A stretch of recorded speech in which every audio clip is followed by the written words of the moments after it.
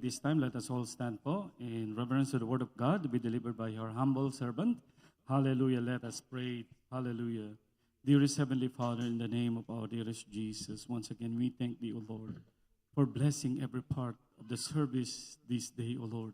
The moving of your Holy Spirit in our midst. We thank Thee, O Lord, for your holy presence. Hallelujah. And at this time, O Lord, we're going to study your holy word. Without you, I cannot do anything. Once again, we beseech Thee, O Lord, forgive us and cleanse us from all unrighteousness. Make us worthy, O Lord. Hallelujah. Help us to understand your holy word in the mighty name of Jesus. And help me, Lord, to bring forth thy holy message with love and power. And leading prayer, our beloved pastor, we rebuke all the power of darkness or unbeliefs and doubts. Cast out in Jesus' name. Hallelujah. Praise the Lord in Jesus' name. Amen and amen. Hallelujah. Praise the Lord. Purihin natin pinamahal na Panginoon. Hallelujah. We give the highest praise, honor, and glory and thanksgiving to our loving Savior, our dearest Jesus. Hallelujah. King of kings and the Lord of lords, Jesus Christ, our Lord. We give double honor and respect sa ating beloved parents in the Lord as we remember and cherish the blessed preachings and teachings of our dearly beloved and honorable Pastor Evangelist Phil Estrada Almeida, beloved Assistant Pastor Lina C. Almeida, and greetings din po sa beloved Almeida family, beloved preachers, workers, and brethren, visitors, and webcast viewers. And once again, the highest praise, honor, and glory, and thanksgiving, hallelujah, walang iba sa ating pinakamamahal na Panginoong Hesus po lamang. Praise the mighty name of Jesus. Hallelujah, praise the Lord. Purihin na mahal na Panginoon. At let's clap our hands once again to our dearest Jesus. Hallelujah, hallelujah. We are so blessed to hear that a lot of wonderful testimonies. Amen. Hallelujah. Patunay na ang ating Diyos ay buhay. Amen. Hallelujah. Sabi ng mahal na Panginoon, call unto me and I will answer thee and show thee great and mighty things which thou knowest not. Amen. We don't know what happens, how they get healed, how the Lord saved them, mga minamahal, but the Lord, mga minamahal, knows everything. He is the creator of the universe, creator of ourselves. Amen. Alam niya yung mga internal organs natin. Amen. Katulad ng mga gumagawa ng sasakyan, yung mga specialty na manufacturer, alam nila kagad kung anong problema. Ganun din sa mahal na Panginoon. Amen. Kaya nga, hallelujah. That's why, hallelujah, we're supposed to always give thanks unto the Lord. Amen. We're going to study the Holy Word of God. Praise the Lord. As the Bible said in the book of 2 Timothy 3:16, verse 17, all scriptures is given inspiration of God. Amen. And is profitable for doctrine, for reproof, for correction, and instruction in righteousness, that the man of God may be perfect, thoroughly furnished unto all good works. Napakahalaga po ng salita ng Diyos na ating pong malalaman. Amen. Ang salita ng Diyos ay kinasihan ng banal na Espiritu na mahal na Panginoon. Amen?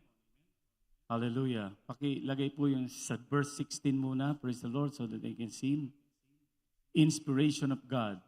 Profitable. Mapapakinabangan daw ito, mga minamaan saan? Sa pagtuturo, sa doktrina, sa pag-correct, reproof, and correction. Hallelujah. For instruction. Para mabigyan tayo ng instruction kung ano yung dapat nating gawin. Amen? When we buy mga minamahal na furniture, hindi pa assembled, nasa box, mayroong mga instructions yun. Amen? Ganon din ang buhay natin dito. Amen? I remember the preaching na ating beloved Minister Junior Esquera. Amen? The Bible. Amen? Book of instruction before living on earth. Amen? Hallelujah. Correction for instruction in righteousness. That the man of God, woman of God may be perfect, thoroughly furnished unto all good works. Kaya napakahalaga po na tayo po ay mag-meditate. We have the Word of God. Amen? Hindi po pwedeng gawin yung cellphone natin na gawin nating holy cellphone. Ang Holy Bible po ay libro mismo. Ito ang dala-dala natin. Amen? Hallelujah. Always carry your holy word. Hallelujah. Nandyan yan sa bedside nyo. Bago kayo matulog. Amen. Give time to read the Word of God because this is so powerful. Psalms 119, Thy word is the lamp unto my feet and the light unto my path. Ang sabi ng Biblia, amen? Ang salita ng Diyos ay ilawan sa atin. Amen? Hallelujah. Mga paa at liwanag sa ating landas. Kaya napakahalaga na ito po ay ating babasahin. Amen? Hallelujah. Word of God also is quick and powerful, sharper than any two-edged sword. Sabi ng Biblia, piercing unto the dividing asunder of spirit and soul, and bones and marrows. Amen? And of the joints and marrow, and a discerner of the thoughts. Nakaka-discern ng isipan and intents of the heart. Praise the Lord. Kaya nga mga minamahal, napakahalaga halil na ating mapapakinggan ng salita ng Diyos. If you have been first, mga minamahal, ikaw ay tinamaan sa salita ng Diyos. Ibig sabihin talagang makapangyarihan ng salita ng Diyos. Amen? Sapagkat kung hindi kayo masusugatan sa salita ng Diyos, mga minamahal, hindi pumasok, hindi kayo natusok, ibig sabihin, mga minamahal, walang bisa ang salita ng Diyos. Kaya nga, hallelujah, quick and powerful. Amen? Kung ang paglilingkod mo rin sa mahal na Panginoon ay maayos, amen, wala kang po problemahin. Sisigaw ka lang ng amen, hallelujah, praise the Lord. Kung wala sa ayos ang paglilingkod mo, halimbawa, tinapik ang kabanalan, o ang pagbibigay, o ang pagsunod, hindi ka na sumusunod, ang iisipin mo palagi, bakit ganyan na lang ang preaching? Mga minamahal, if you read the Bible, Book of Romans, Book of Corinthians, Book of Ephesians, lahat ng mga sinulat ng mga epistles ni Pablo, all the books that was written by Paul, ito po ay naka-address sa mga Kristiyano. And yet, all the things that he had telling them is to remind them, do this and don't do this.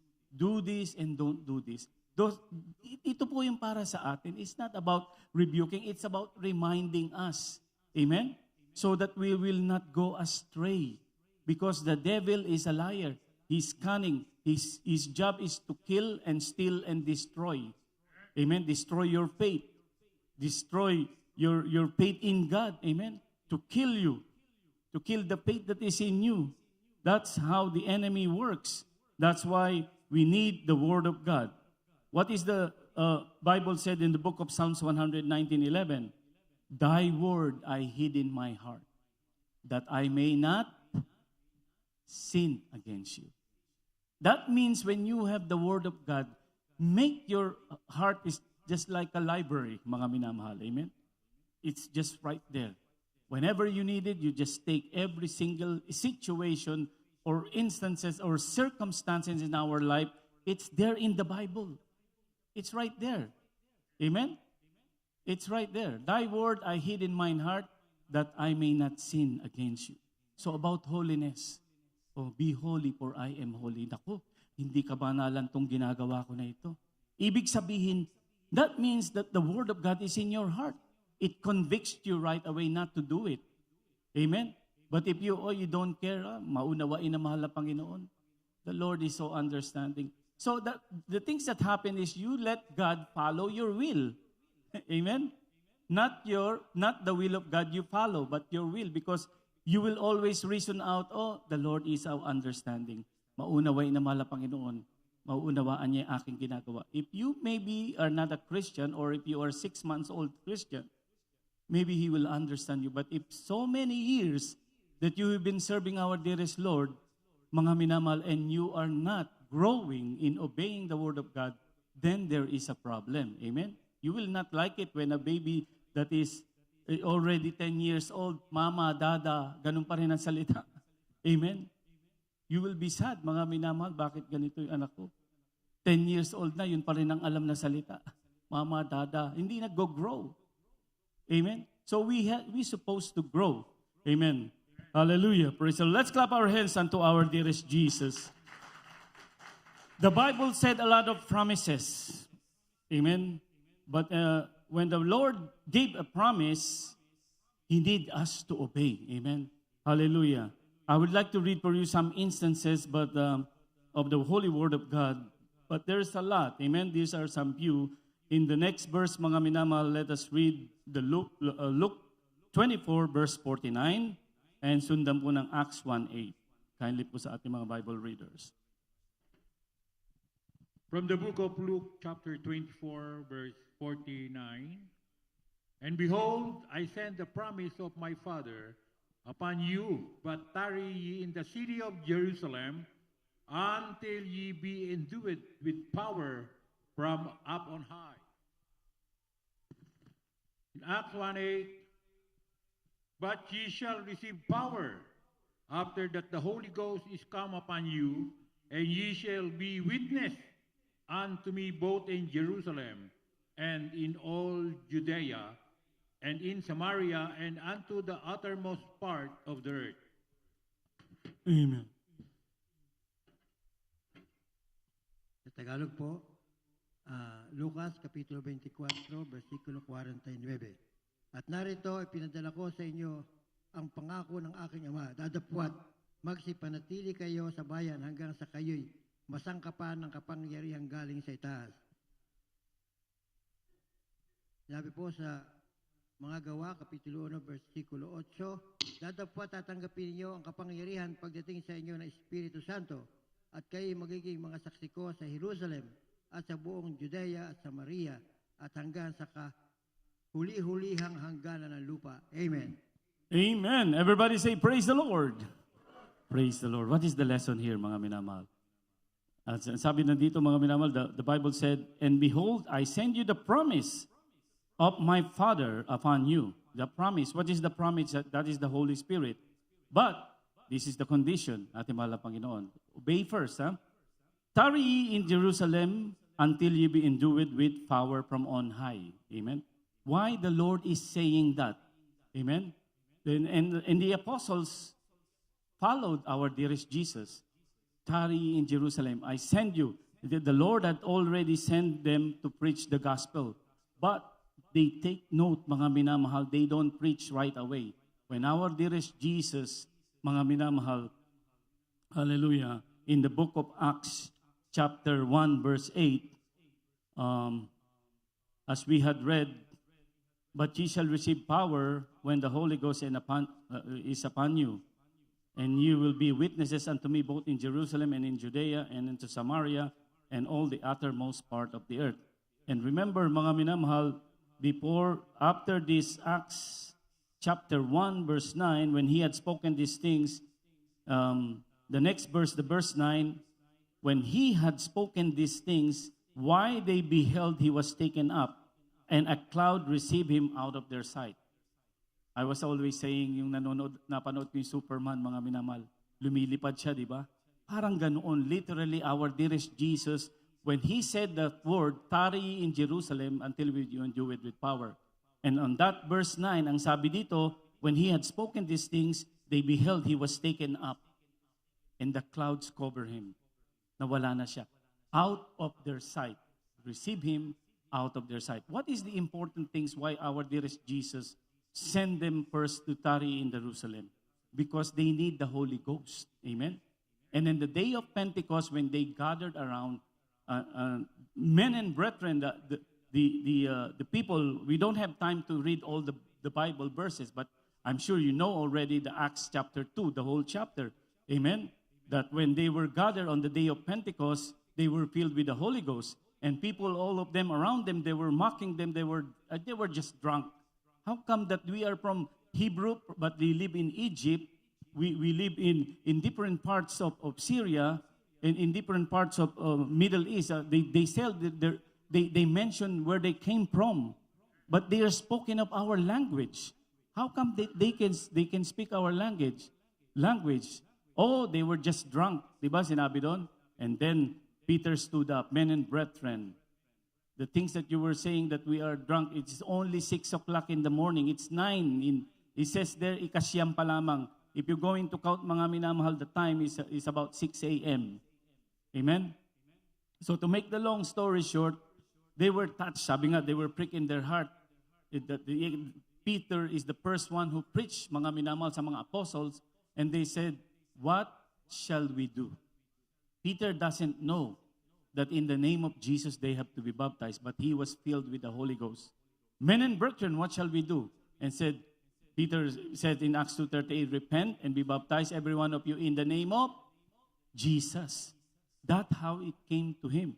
Okay? So, what I'm referring to this, mga minamahal, tarry in Jerusalem until you be endued with power. The next one is, if you want to be blessed, amen, the Bible said in the next verse, Matthew 6:33, If you want to be blessed, seek ye first the kingdom of God and His righteousness. And all these things shall be added unto you. So, laging may kasunod na sinasabi ang mahal na Panginoon. Amen?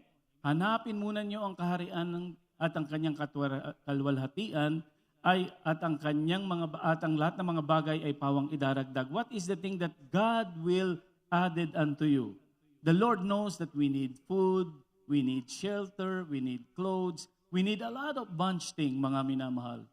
But He wants us to seek Him first, worship Him, praise Him, obey Him. Amen? A blessing if you obey the commandments of the Lord. We talk about the Malachi, how giving is receiving. Amen. This is the same thing. And the next one is John 1:12. Amen. What do you want to become a child of God? If you want to be a child of God, receive Him. But as many as receive Him, to them gave He power to become sons of God, even to them that believe in His name. So, for those who want to become a sons of God, they need, mga minamahal, to receive Him. Amen. As many as the Lord receive Him. So I'm just referring to some of these Bible verses that we should understand that the Lord, amen, giving us an instruction to obey. You want to be blessed, seek the Lord.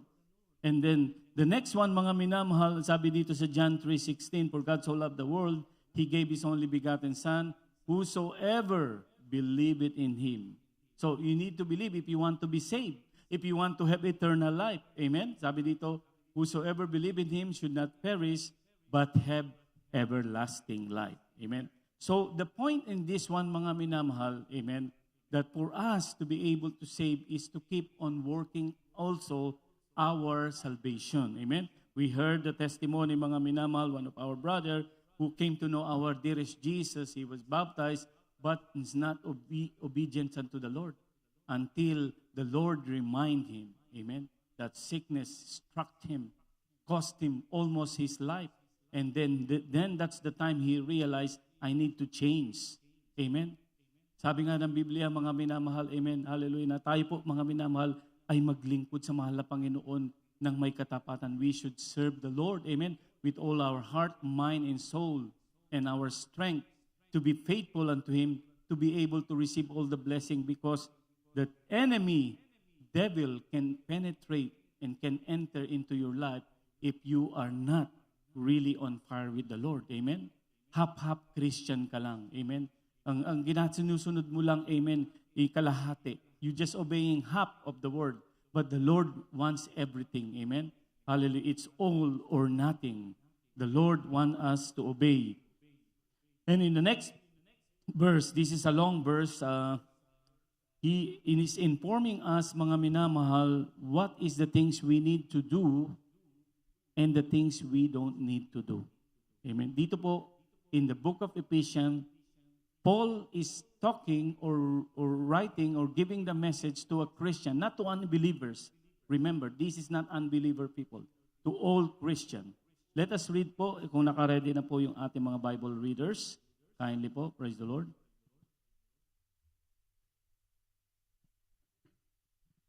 From the book of Double time po. Ephesians, chapter 5, verse 1 to 20. We therefore followers of God as dear children, and walk in love as Christ also had loved us, and hath given Himself for us an offering and our sacrifice to God for a sweet-smelling savor. But fornication and all uncleanness or covetousness let not be one's name among you, as becometh saints. Neither filthiness, nor foolish talking, nor jesting, nor which are not convenient, but rather giving of thanks. For this ye know that no whoremongers, nor unclean person, nor covetous man, who is an idolater, has any inheritance in the kingdom of Christ and of God. Let no man deceive you with vain words, for because of these things cometh the wrath of God upon the children of disobedience. Be not ye therefore partakers with them. For ye were sometimes darkness, But now are ye light in the Lord. Walk as children of light. For the fruit of the Spirit is in all goodness and righteousness and truth, providing what is acceptable unto the Lord. And have no fellowship with no unfruitful works of darkness, but rather reprove them. For it is a shame even to speak of those things which are done of them in secret. But all things that are reproved are made manifest by the light. For whatsoever doth make manifest is light. Wherefore he saith, Awake, thou that sleepest, and arise from the dead, and Christ shall give thee light. See then that ye walk circumspectly, not as fools, but as wise, redeeming the time, because the days are evil. Wherefore be ye not unwise, but understanding what the will of the Lord is. And be not drunk with wine, wherein in excess, but be filled with the Spirit, speaking to yourselves in psalms and hymns and spiritual songs, singing and making melody in your heart to the Lord. And 20, giving thanks always for all things unto God, and the Father, in the name of our Lord Jesus Christ. Amen. Amen. Praise the Lord.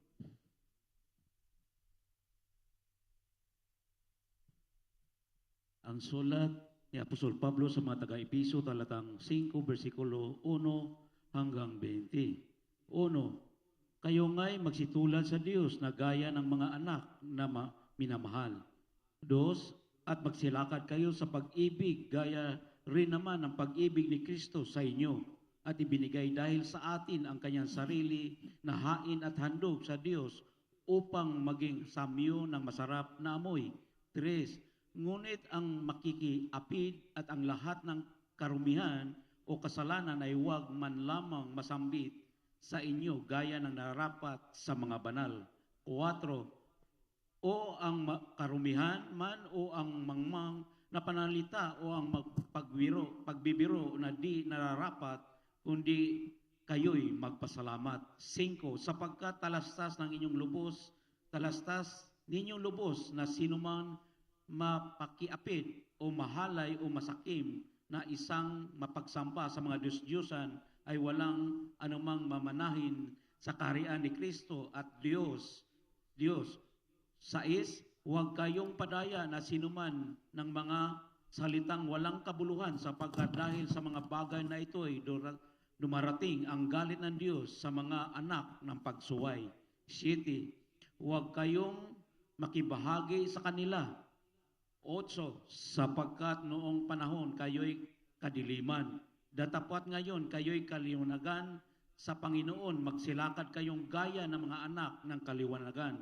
9. Sapagkat ang bunga ng kaliwanagan ay nabubuo ng kabutihan at katuwiran at katotohanan. 10. Na inyong pinatutunayan ang kinalulugdan ng Panginoon. 11. At huwag kayong makibahagi sa mga walang pakikinabang na gawa ng kadiliman, kundi bagkos inyong sawatain. 12. Sapagkat ang mga bagay na ginagawa nila ay lihim, ay mahalay na salitain man lamang. 13. Datapwat ang lahat ng mga bagay pagkasawata ay itinatanyag ng kaliwanagan, sapagkat ang lahat ng mga bagay na itinatanyag ay kaliwanagan. 14. Kaya sinasabi niya, gumising kang matutulog at magbangon ka sa gitna ng mga patay at liliwanagin ka ni Kristo. 15. Mag-ingat nga kayong lubos kung paano kayo'y lumalakad ng huwag gaya ng mga mangmang, kundi gaya ng marunong. 16. Na inyong samantalahin ang panahon, sapagkat ang mga araw ay masasama. 17. Kaya huwag kayong maging mga mangmang, kundi unawain ninyo kung ano ang kalooban ng Panginoon. 18. At huwag kayong magsipaglasing ng alak na kinaroonan ng kaguluhan, kundi kayo'y mga puspusan ng Espiritu.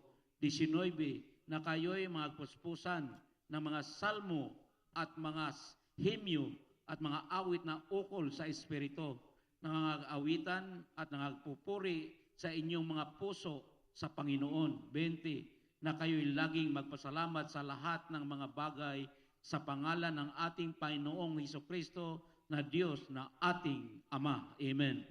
Amen. Palakpakan natin ang mahal na Panginoon. Praise the Lord. Mga minamahal, napakahalaga ng mga paalala na ito sa atin. Amen. Praise the Lord. Let us thoroughly study, mga minamahal, some of the points that here. Amen. Be ye therefore followers of God. Mali yung translation sa Tagalog. Ang sabi dito, kayo ngayon magsitulad sa Diyos. Hindi po gano'n, mga minamahal, sabi dito, therefore be ye followers of God. Iba po yung magsisitul, magiging katulad tayo ng Diyos. Ibig sabihin, susunod, followers. Amen? So, walk in love as Christ had loved us, for He had given Himself as an offering and sacrifice of God for a sweet-smelling savor. But fornication and uncleanliness, covetous, let it not be one's name among you as becometh saints. Amen. Ibig sabihin, that means, mga minamahal, as Christian, we should not walk anymore in this situation, mga minamahal, of sin, fornication, uncleanness, pakipapid, karumihan o kasakiman, wag man lamang masambit sa inyo kung nararapat sa mga banal. Amen? Remember, these were message to the Christian. Nire-remind talaga ni Pablo. Bakit? Nung panahon na yun, marami ring matitigas ang ulo. Ang tawag natin ngayon sa atin ni pasaway. Amen? Hallelujah. Even though Christian na, kaya mga minamahal, kapag ka nakakita ka ng mga Kristiyano, mga minamahal, nakaka-bless kapag ka in living in simplicity. Mabe-bless ka. Pagka nakita naman ito ng mga unbeliever, baduy naman to. Wala na sa ayos. Ganun ang tingin nila sa atin. Hindi na mapula yung muka, wala nang kulay yung mga daliri. Amen? Ganun ang impression nila. Baduy ka, pangit ka. Ngunit sa harapan ng Diyos, sabi nga na mahal na pastor, ikaw ay maganda, ikaw ay gwapo. Mga minamahal, let's clap our hands and do our dearest Jesus. Sa mga maiinit na Kristiyano, amen, hindi mo mapagkakamalang Kristiyano, halimbawa, hindi mo kilala, ay, born again, taga Jesus Miracle Crusade pala yun. Pero ang daming nakasabit, parang Christmas tree. Di ba? Hindi mabibless, hindi ka mare-recognize na kapatiran eh. Amen? Pero mga minamahal, kapag ka in simplicity, talagang nasa kabanalan ng suot mo, sa mga lalaki man o sa babae, amen? Talagang mabibless pa, mga minamahal talaga. Amen? Alin, hindi ka sasabihin na baduy, nakaka-bless naman ang iyong mga damit. Amen? Ang iyong pamumuhay, ang iyong pananalita, ang iyong pagkilos. Amen? Can you say amen? If you wanna try to fit in, amen, into the world, para maging fit in ka, para maging join ka nila, amen, eh hindi po pwede yun bilang isang Kristiyano. And at the same time, all the people that living in the worldly life, they don't like to fit into us.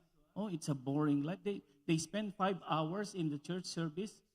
Ay, magbo-ballroom na lang ako, magpupunta na lang ako sa party. I'm going to the bar. It's more fun there. Amen?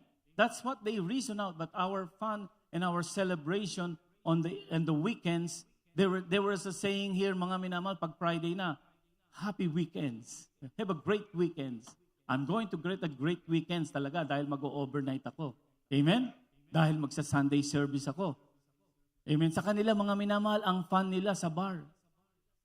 You see, amen? That's how it works sa mga unbelievers. But we cannot blame them, mga minamahal. Amen? And we should not look down upon them.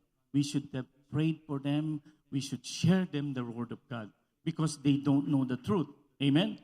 The next one, neither filthiness, foolish talking, nor jesting, which are not convenient, but rather giving thanks. Sa Tagalog po, ang karumihan, mangmang na pananalita o mga pagbibiro na hindi nararapat kundi kayo'y magpasalamat. Amen? Hindi naman po masamang magbiro, pero kung mga green joke na, para lang magkaroon ka ng attention sa mga kakwentuhan mo, that is not right. Amen? Kaya nga, at magkakaroon din tayo ng limit sa ating pagjo-joke kasi diyan nakakasingit ang kaaway. Can you say amen? Amen. Praise the Lord. Nor jesting. Let no man deceive you with vain words, for because of these things cometh the wrath of God upon the children of disobedience. Amen. You will come disobedience of God, the wrath of God will come. Be not ye therefore partakers with them. Huwag raw tayo maging partakers. Amen. What does that mean, partakers? Maraming klase ito, mga minamahal. Amen. When the world live on the trends of what's going on now, mga minamahal, at ipapayo mo yan sa isang Kristiyano, oh, everybody is doing it. It's fine. It's normal now. Did you know that Satan is trying to keep us familiar with what is going on now para maging normal na lang sa atin? But if you will go back, mga minamahal, in times maybe, if there's a time machine that you will go back on the 18th century, you will see how modest the women, the men, how they dressed. Nakita niyo ba yung mga picture ng mga old picture on the 18th century? The preacher doesn't need to preach about holiness. Sa mga earrings, sa pagpapantalon ng mga babae, sa mga lalaki, kalalakihan. And I was surprised, mga minamahal, dito pala noon, I think 1914 or 1910, kapag pupunta sa beach ang mga babae, meron nagme-measure na security bago ka maka-enter ng beach. I don't know if you're familiar with that. And sinusukat nung ang security babae rin, yung short na susuotin pang paligo. Ngayon, grabe na, halos kaluluwa, makikita mo na. That's how that Satan is trying to normalize our mind. Oh, everybody is doing it. Kaya pagpunta mo sa beach, okay lang yan. No. Amen? Kailangan, pwede po tayo magpunta sa beach, pero may kabanalan pa rin. Can you say amen? One time we went to, I think, one of the, I forgot that, next to Knott's-Berry, mga minamal, meron silang River Wilden.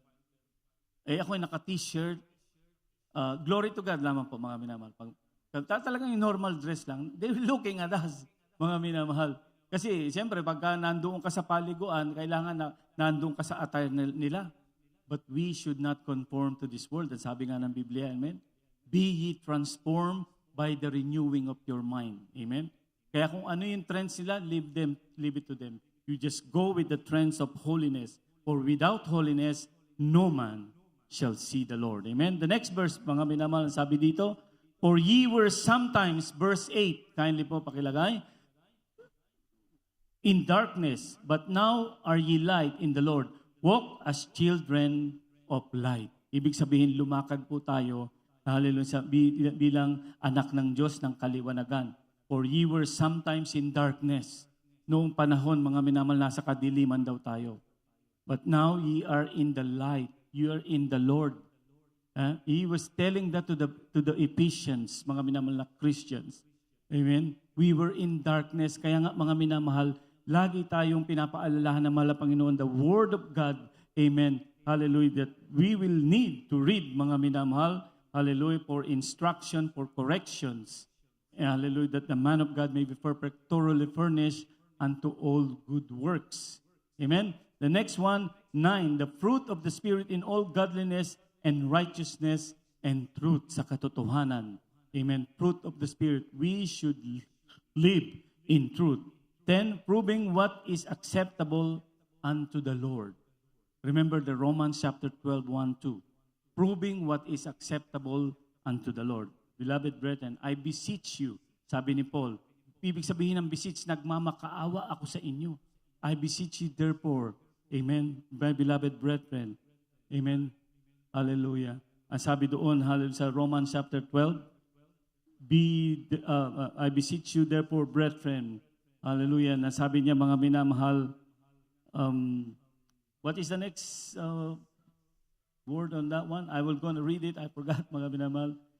Be ye therefore, I beseech ye therefore, brethren, by the mercies of God, that ye present your bodies a living sacrifice. So may kabanalan talaga. So ini-emphasize dito, mga minamahal ni Paul, holy and acceptable unto God, which is your reasonable service.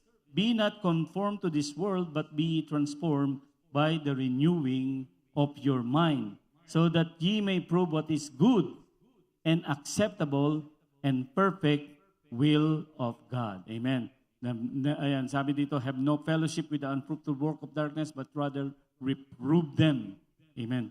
The next verse, proving what is acceptable unto the Lord. Verse 12 na po tayo. We are reading, mga minamahal, ang Word of God. For it is a shame even to speak of those things which are done of them in secret. Alam niyo ba, mga minamahal, yung iba gumagawa talaga sa lihim? They're doing that in the secret, mga minamahal. Kapag mayroong sikretong ginagawa, ibig sabihin nakakahiya iyan. Amen? For it is a shame. Sabi na, even to speak of those things which are done and of them in secret. Kaya nga, mga minamahal, let us walk as children of light. Next verse, 13. But all things that are reproved are made manifest by the light. For whatsoever that make manifest is light. Amen. Napakahalaga ng salita ng Diyos, mga minamahal. Verse 14, hallelujah.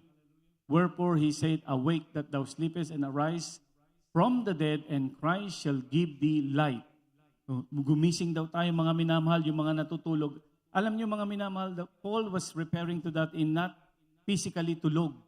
Merong karing Kristiyano kahit gising o naglalakad, pero natutulog na yung kanilang pananampalataya. Amen? Wala na, hindi na ayos ang kanilang pamumuhay. They don't care about what is going on. Sabi nga niya, walk circumspectly, mga minamahal, maging matalino tayo. Wherefore as said, awake thou that sleepeth, and arise from the dead, and Christ shall give thee light. Kailangan natin ng liwanag. Gumising daw tayo. See then that ye walk circumspectly, not as fools, but as wise. Huwag raw tayo maging mangmang na namumuhay, kundi maging matalino. Verse 16, redeeming the time because the days are evil. Itong verse na to, mga minamahal, it is true.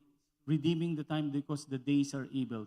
I was just reading, mga minamahal, researching, mga minamahal, yung tungkol sa schools dito, mga minamahal. During 1986 daw, nagkaroon ng transition, nagkaroon na ng ibang mga tinuturo sa mga classroom dito. And on the year 60s, between 65 or 60s, isa-isa na nilang tinanggal. Dati ang classroom dito, merong 10 Commandments, merong Lord's Prayer. Nagpe-pray sila bago sila mag-start. Unti-unti nilang tinanggal yun.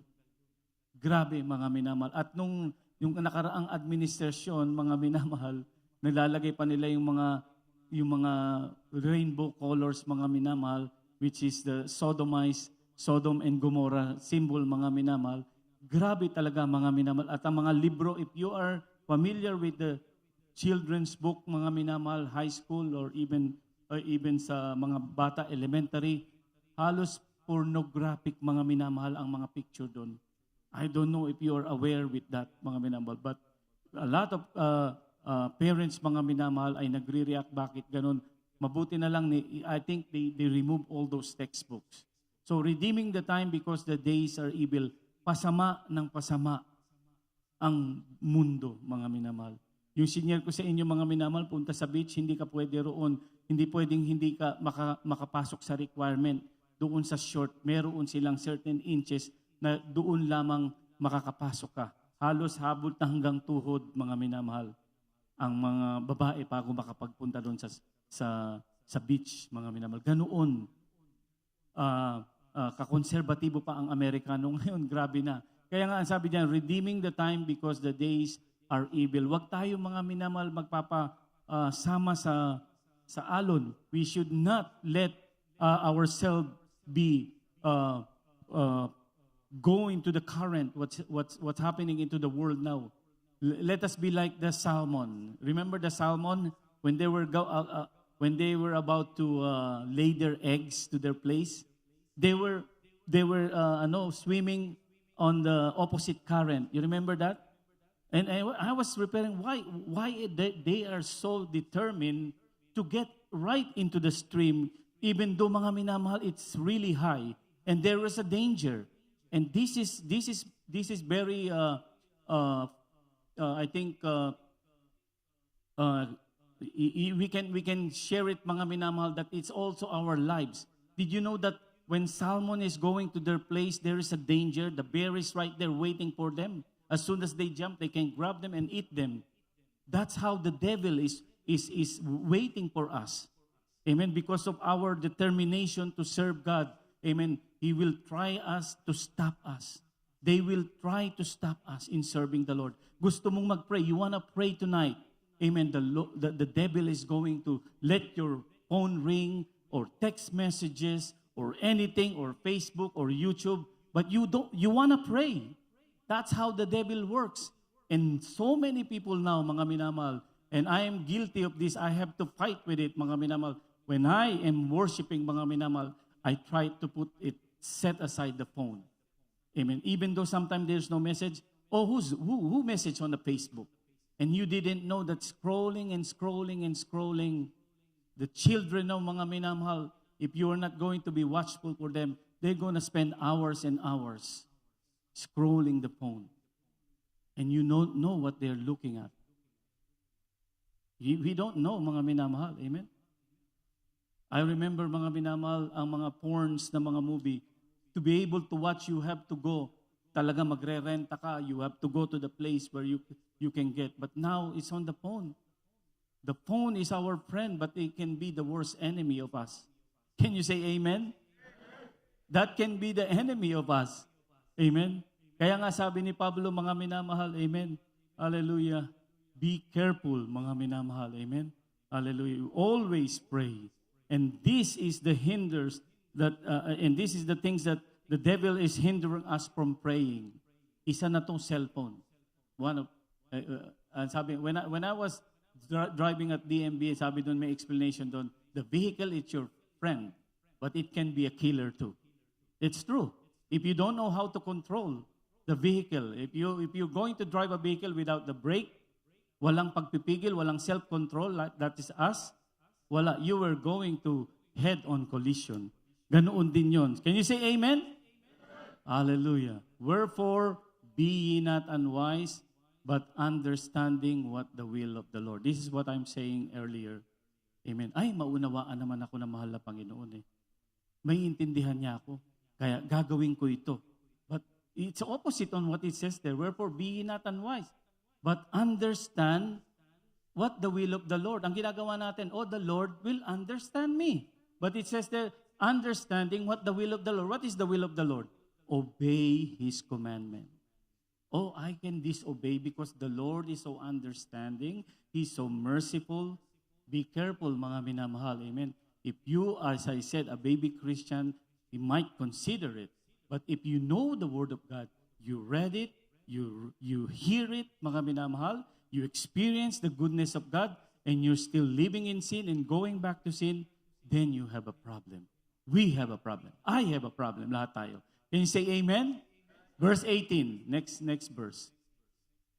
Be not drunk with wine, were in excess, but be filled with the Spirit. Instead of getting filled with the alcohol or wine, filled with the Holy Spirit. Amen? So pagka nandito tayo, filled with the Holy Spirit. When you concentrate in praising, iwasan yung makipagkwentuhan ng kwentuhan, stand and kneel down, mga minamahal, or stand or kneel down and pray until you feel the presence of the Lord. You will see mamaya talagang malpipil mo na ang presence. Amen. That is going to be happen when you always concentrating. Speaking to yourself in psalms and hymns, spiritual song, singing, making melody in your heart to the Lord. And verse 20, the last one, giving thanks always for all things unto God and the Father in the name of our dearest Jesus. Everybody say, praise the Lord. I will make it fast now. 1 Corinthians 15:1-2. This is what the Lord says. Speaking of God's promise of salvation, you can have it. You can have the salvation, but you need to obey. Amen. Ito, i-explain ito. It's this example. Moreover, brethren, I declare unto you the gospel which I preach unto you, which also ye have received, wherein ye stand. Amen? Ito yung pinanghawakan natin, where we stand. By which also ye are saved. Amen? We are saved na pala. But not saved forever. Huh? If ye keep, that's a condition. If you keep in memory of what I preach unto you. That means that you have to obey God. Amen? Unless ye believe in vain. So, napakahalaga sa Tagalog, lagay natin, mga minamahal.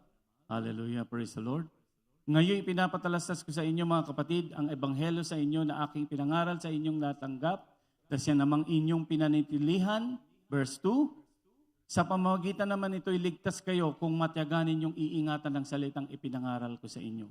Amen. Maliban na lang kung kayo'y nagsisampalataya na walang kabuluhan. That means you have to give importance. Amen. Sa pamamagitan daw nito, ligtas kayo. Paano kung hindi mo sinusunod? Paano kung hindi natin sinusunod? Nakakatakot. Amen? So, follow and obey. Amen? Next verse, mga minamahal, the last one. Let's jump to the next verse, mga minamahal. Matthew 25:1-3. Be watchful because Jesus is coming soon. Amen? Hallelujah. Baka magaya tayo dun sa 10 virgins. Ang ginagawa nila, sinusunod nila yung sarili nilang desisyon. Then shall the kingdom of heaven be likened unto the 10 virgins which took their lamps and went forth to meet the bridegroom. Verse 2. And 5 of them were wise and 5 were foolish. Then that were foolish took their lamps and took no oil with them.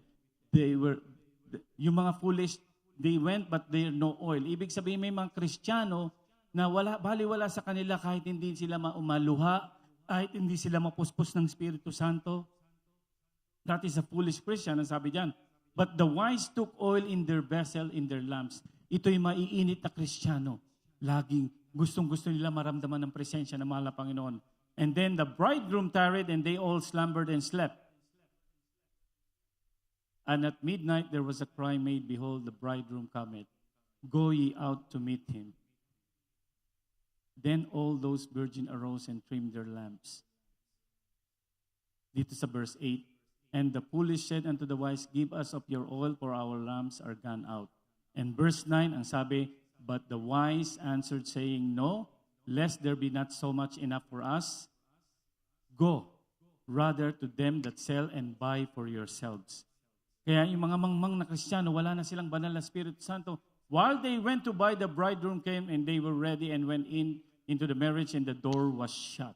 Ibig sabihin, dumating na mahal na Panginoon.